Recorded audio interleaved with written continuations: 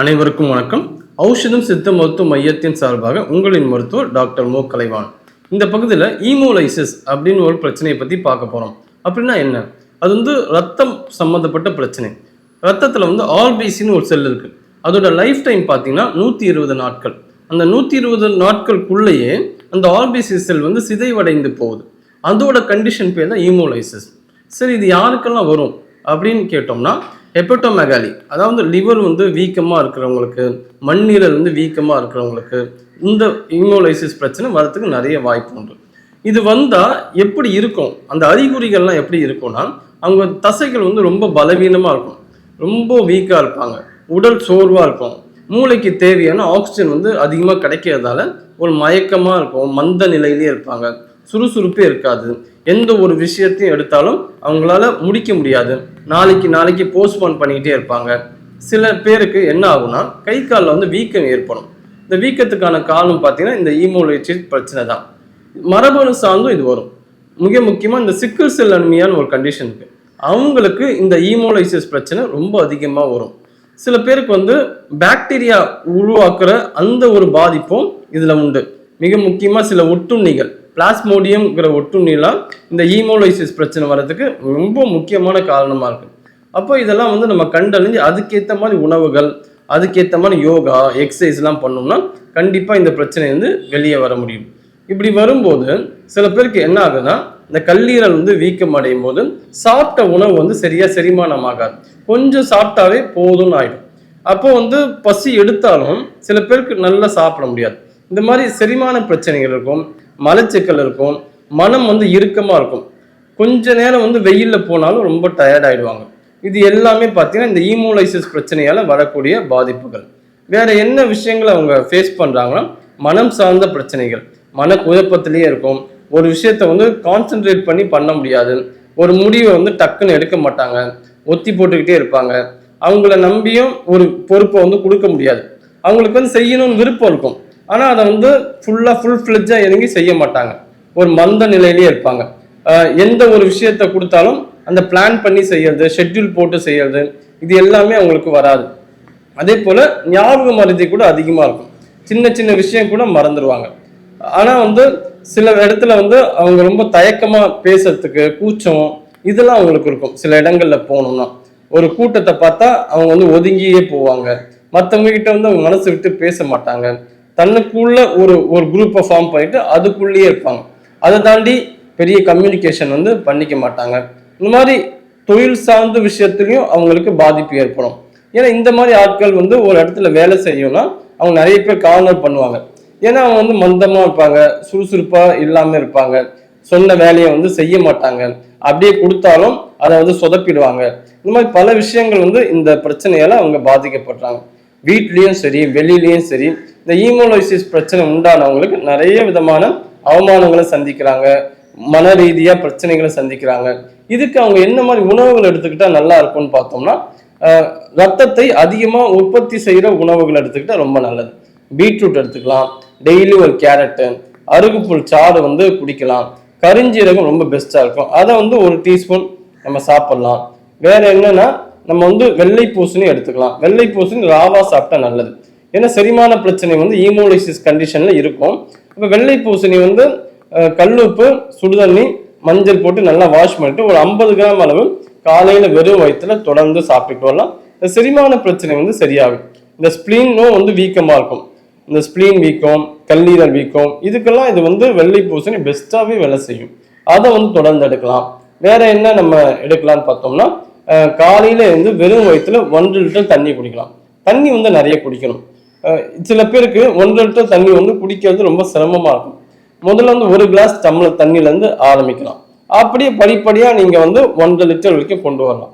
சில பேர் குடிச்சவனே 1 லிட்டர் குடிச்சிருவாங்க, குடிச்சு வாந்தி வந்துடும். அது என்ன, பித்தம் சமநிலையில அது உடம்பு தன்னை சரி பண்ணிக்கிறது நம்ம தெரிஞ்சுக்க முடியும். சில பேர் பயந்துருவாங்க, என்ன தண்ணி குடிச்சுன்னு வாந்தி வருது, இது ஏதோ தப்பா நடக்குது. அப்படி கிடையாது. முதல்ல அப்படிதான் தொடக்கத்துல இந்த மாதிரி வாந்திலாம் வரும், அதுக்கப்புறம் அது குடிக்க குடிக்க சரியாயிடும். டீ காஃபிலாம் நம்ம அதிகமாக எடுக்கக்கூடாது. டீ காஃபி எடுத்தால் அதிகமாக பித்தத்தை உற்பத்தி பண்ணும். இது ஈமோலைசிஸ் பிரச்சனையை தீவிரப்படுத்தும். அதனால டீ காஃபி எப்படி அவாய்ட் பண்றதுன்னா, இந்த காலையில நம்ம வெறும் வயிற்றுல தண்ணி குடிக்கணும்ல, அப்படி குடிச்சிக்கிட்டே வந்து அந்த டீ காஃபி சாப்பிடணுங்கிற எண்ணமே வராது. ஸோ இந்த மாதிரி விஷயங்கள் சின்ன சின்ன மாற்றங்களை கொண்டு வந்தா கூட போதுமானதா இருக்கும். தக்காளி எடுத்துக்கலாம், முருங்கைக்கீரை ரொம்ப நல்லது இந்த இம்யூனிட்டிக் பிரச்சனைக்கு. பசலைக்கீரை சூப்பு மாதிரி வச்சு நம்ம சாப்பிடலாம். மதிய நேரத்துல ஏதாவது ஒரு நாள்ல முருங்கைக்கீரை பசலைக்கீரை தொடர்ந்து அப்படி எடுத்துக்கிட்டு வந்தாலும் நமக்கு இந்த ஹீமோலைசிஸ் பிரச்சனை சரியாகும். வேப்பம்பூ ரசமும் வச்சு குடிக்கலாம், அதுவும் ஹீமோகுளோபினை வந்து இன்க்ரீஸ் பண்ணிவிடும். வேற என்னன்னா பார்த்தோம்னா நீங்க வந்து அத்தி எடுத்துக்கலாம். அத்தி வந்து ட்ரை ஃப்ரூட்ஸ் வந்து இன்னைக்கு நிறைய பேருக்கு வந்து அந்த சாப்பிட்ற ஒரு ஹேபிட் வந்து வந்திருக்கு. நல்ல விஷயம்தான். ஆனா என்னன்னா அளவு தெரியாம அதிகமா எடுத்துக்கிறாங்க. அத்தி வந்து ஒரு நாளைக்கு 1 எடுத்தா போதும், இல்லாட்டி பாதி எடுத்தா போதும். இதுதான் ஒரு நாளைக்கு உண்டான அளவு. அதுல நிறைய விதைகள் இருக்கு பாத்தீங்களா. அந்த அத்தி வந்து துவர்ப்பு சுவையா இருக்கும், அது வந்து ரத்தத்தை வந்து உற்பத்தி பண்ணும். தொடர்ந்து அத்தி பழங்களை எடுக்கலாம். பேரிச்சம்பழம் டெய்லி 2 எடுத்துக்கலாம். இன்னொரு பாத்தீங்கன்னா கருப்பு திராட்சை, அது 4 எடுத்துக்கலாம். இந்த ஒரு அளவுல நம்ம தொடர்ந்து எடுத்துக்கிட்டு வந்தாலும் சூப்பரா வேலை செய்யும். சில பேருக்கு வந்து வேப்பிலை சாப்பிடுவாங்க. வேப்பிலை கூட ஏன்னா ஹீமோலைசிஸ் பிரச்சனைக்கு மனம் சார்ந்த பிரச்சனைகள் இருக்கும். அதான் வேப்பிலை வந்து கஷாயமா வச்சு குடிச்சாலும் அந்த மனம் சார்ந்த பிரச்சனைகள் சரியாகும். இதுக்கான முத்திரைகள் உண்டு. இதுக்கு வந்து வருண முத்திரை ரொம்ப நல்லா வேலை செய்யும். அது வந்து சுண்டு வரலையும் கட்ட வரலையும் இணைச்சு பண்ணணும். இதுதான் சுண்டு வரலும் கட்ட வரலும் இணைச்சு பண்ணணும். மற்ற 3 வரலும் நேரா இருக்கணும். அப்படி நேரா இல்லைன்னா நம்ம இன்னொரு கையை கொடுத்து நம்ம வந்து என்ன பண்ணலாம், ஹெல்ப் பண்ணிக்கலாம், அப்படின்னு நீக்கலாம். இதுதான் 2 கையிலும் நம்ம வருண முத்திரை. இந்த வருண முத்திரையை வந்து நம்ம தொடர்ந்து ஒரு 20 மினிட்ஸ் பண்ணணும். எப்பெல்லாம் ஓய்வா இருக்கீங்களோ அப்பெல்லாம் இந்த வருண முத்திரை பண்ணா ரொம்ப நல்ல எஃபெக்டிவா இருக்கும். ஆனா 1 வாரம் பண்ணிட்டு 2 வாரம் பண்ணிட்டு நமக்கு வந்து சரியா ரிசல்ட் இல்லைன்னு நம்ம சொல்லக்கூடாது. ஒரு 48 நாட்கள் தொடர் பயிற்சி, விடாமுயற்சி, இந்த முத்திரைகளை நம்ம பயன்படுத்தணும்னா இந்த ஹீமோலைசிஸ் பிரச்சனையை நம்ம சரி பண்ணிக்கலாம். சித்தாலும் இதுக்கான மருந்துகள் உண்டு.